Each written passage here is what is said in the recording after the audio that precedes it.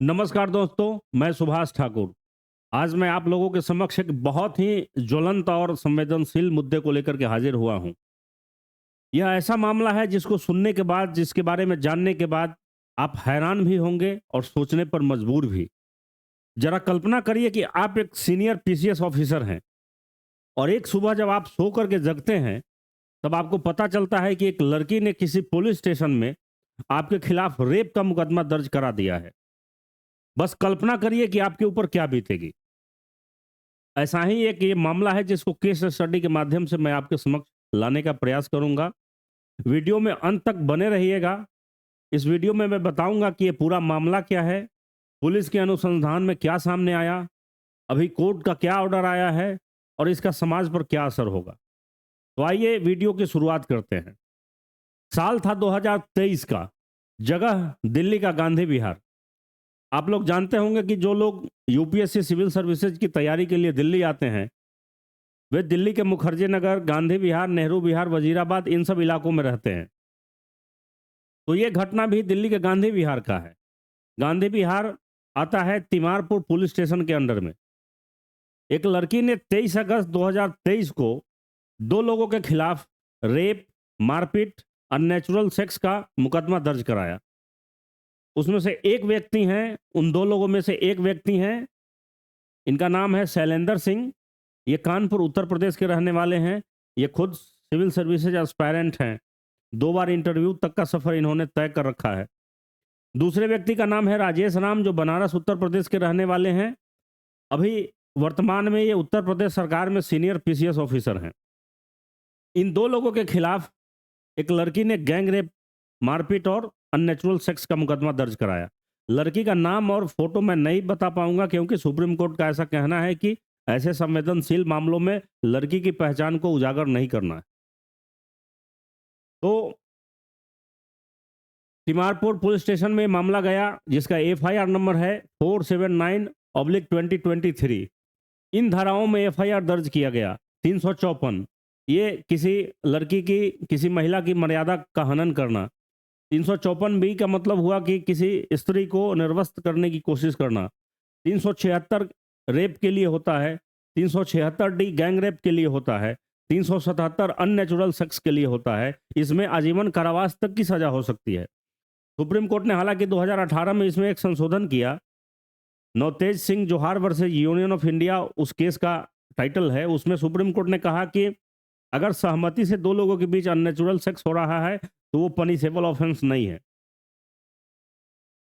506 लगा। 506 में होता है कि किसी को आपराधिक धमकी देना, और आईपीसी का सेक्शन 34 में है कि अगर कोई अपराध हो रहा है और उसमें एक से अधिक लोग संलग्न हैं तो सबके ऊपर समान कार्रवाई होगी, भले ही किसी ने ज़्यादा अपराध किया हो या किसी ने कम अपराध किया हो। तो इन धाराओं में एफआईआर दर्ज हुआ। एफआईआर दर्ज होने के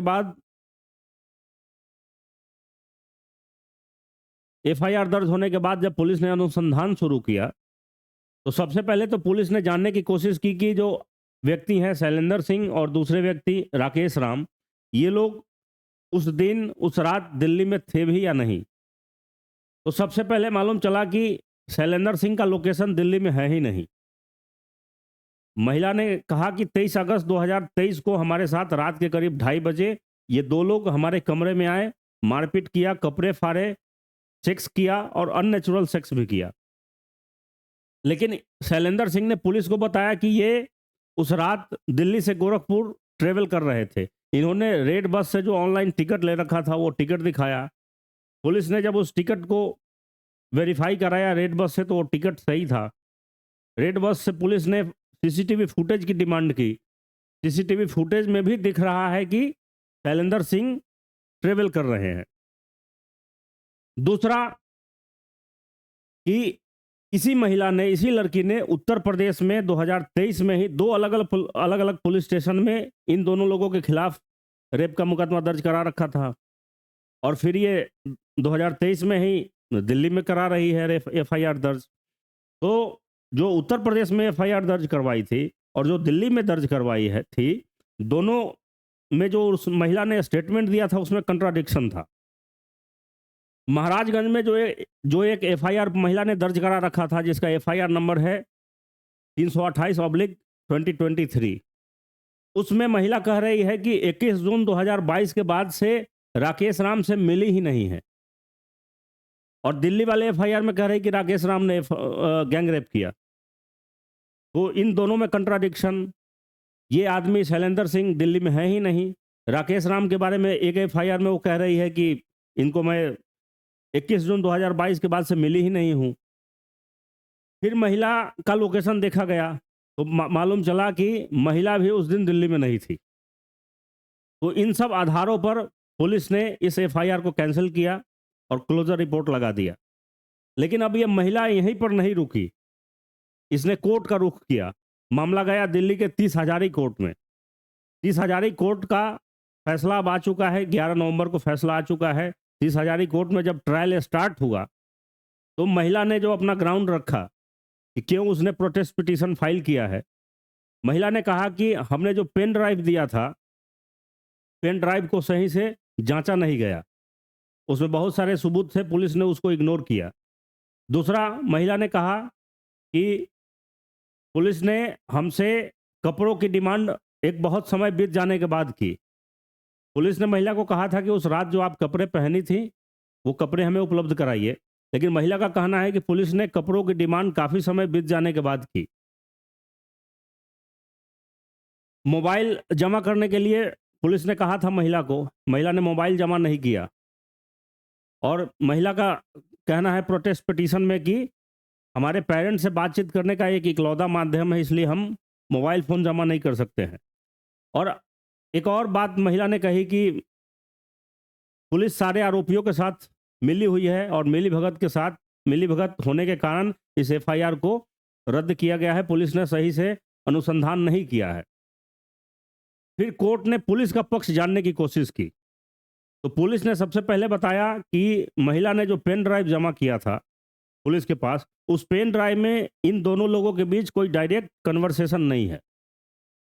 और दूसरा, जब आप कोई डिजिटल साक्ष्य जमा करते हैं तो इंडियन एविडेंस एक्ट के सेक्शन 65 बी के तहत आपको एक सर्टिफिकेट देना होता है कि ये जो डिजिटल सबूत मैं जमा कर रहा हूँ या कर रही हूँ, इसमें किसी प्रकार का छेड़छाड़ नहीं किया गया है।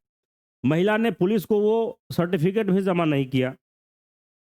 पुलिस ने कहा कि जिस दिन एफआईआर दर्ज हुआ था उसी दिन महिला को नोटिस दिया गया कि उस रात जो कपड़े आपने पहन रखे थे उन कपड़ों को पुलिस के पास जमा करिए, लेकिन महिला ने जमा नहीं किया।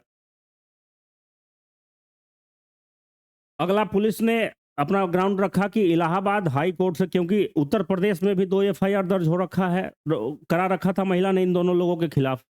तो उत्तर प्रदेश में जब इलाहाबाद हाई कोर्ट से इन दोनों लोगों को एंटीसिपेटरी बेल मिला, उसके बाद महिला ने यहाँ 23 अगस्त 2023 को एफआईआर रजिस्टर करवाया इन दोनों लोगों के खिलाफ। महिला ने एक एफआईआर 19 अगस्त 2023 को भी दर्ज करा रखा था। 19 अगस्त वाले एफआईआर में महिला ने ये नहीं बताया कि 2 अगस्त 2023 को इसके साथ रेप हुआ था, जबकि 3-4 दिन बाद 23 अगस्त को महिला जो एफआईआर दर्ज करवा रही है उसमें कह रही है कि 2 अगस्त 2023 को रेप हुआ था महिला के साथ।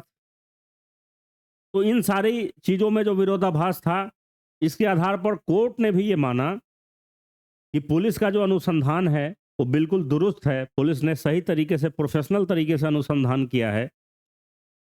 और महिला के ऊपर जो कोर्ट ने टिप्पणी की है उसको मैं एज इट इज पढ़ के सुनाऊंगा, क्योंकि ये बहुत संवेदनशील मामला है। ये इतना गंभीर आरोप था कि एक झटके में किसी की जिंदगी, किसी का पूरा करियर, किसी का पूरा परिवार बर्बाद हो सकता था। तो मैं कोर्ट की टिप्पणी को पढ़ के सुना रहा हूं आपको। ये है 30 हजारी कोर्ट का वो ऑर्डर। इसमें कुछ पॉइंट मैं आपको पढ़ के सुनाऊंगा, कोर्ट ने क्या कहा है इस महिला के बारे में। कोर्ट कह रहा है 9 नंबर पैराग्राफ में, the offence against women were enacted in order to protect the women, but in the present matter the complainant has misused the novel provision of law and she has falsely charged the accused person with the offence of rape. The aforesaid conduct of the complainant cannot be viewed lightly by the court. Court का कहना है कि महिलाओं से संबंधित कानूनों को लाया गया था महिलाओं को प्रोटेक्ट करने के लिए, लेकिन इस केस में ऐसा प्रतीत होता है कि महिला ने किसी को फंसाने के लिए कानून के प्रावधानों का दुरुपयोग किया है, कोर्ट इस चीज को, इस बात को, इस एक्ट को हल्के में नहीं ले सकता है। अगले पैराग्राफ में कोर्ट कर रहा है कि the honourable supreme court and honourable high courts in A number of cases has highlighted the growing trend of misuse of criminal law by the certain women of society, which does not only injure the reputation of accused persons, but also it adds to the burden of the court and the police. In fact, she has also given a false statement before the magistrate under section 164 CRPC, and as such, a strict action is required to be taken against such complainant who misuse process of law. Court का कहना है 30 Hazari court का कि supreme court ने और अलग अलग high court ने ऐसा माना है कि आजकल धड़ल्ले से महिलाओं से जुड़े कानूनों का दुरुपयोग हो रहा है और इससे कोर्ट का अनावश्यक कार्यबोझ बढ़ता है, पुलिस का भी वर्कलोड बढ़ता है और समाज में इससे एक नकारात्मक मैसेज आता है। जो असल पीड़िता होती है उसकी बात दब जाती है, उसकी शिकायत पर लोग कम भरोसा करते हैं। और लास्ट पैराग्राफ में कोट कर रहा है कि accordingly issue notice to SHO police station Timarpur to register an FIR and appoint a responsible official to conduct the investigation against the complainant for offence under section 181, 182, 211, 193, 195, 209, 211 IPC. यानी court ने कहा है अब तिमारपुर पुलिस स्टेशन के SHO को कि महिला के खिलाफ सख्त कार्रवाई करिए, कठोर कार्रवाई करिए और इन धाराओं में एफआईआर रजिस्टर करिए 181, 182, 211, 193, 195, 209, 211। The protest petition stand dismissed, the cancellation report is accepted.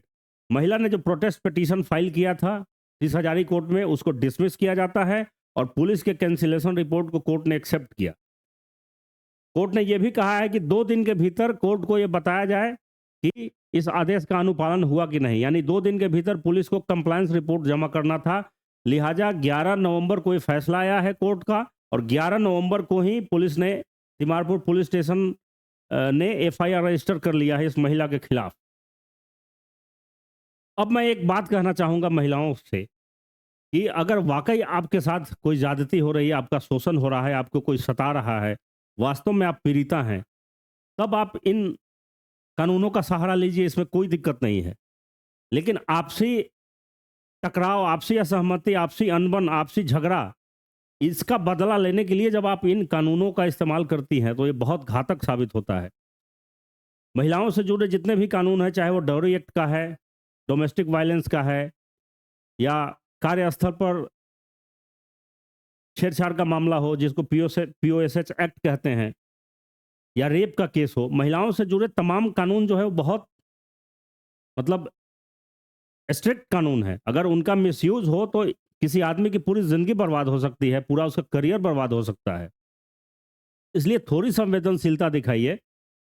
आपके गलत एफआईआर करने के कारण, गलत केस करने के कारण वाकई जो असली में जो पीड़िता होंगी उनकी बात दब जाती है, उनको लोग लाइटली लेने लगते हैं।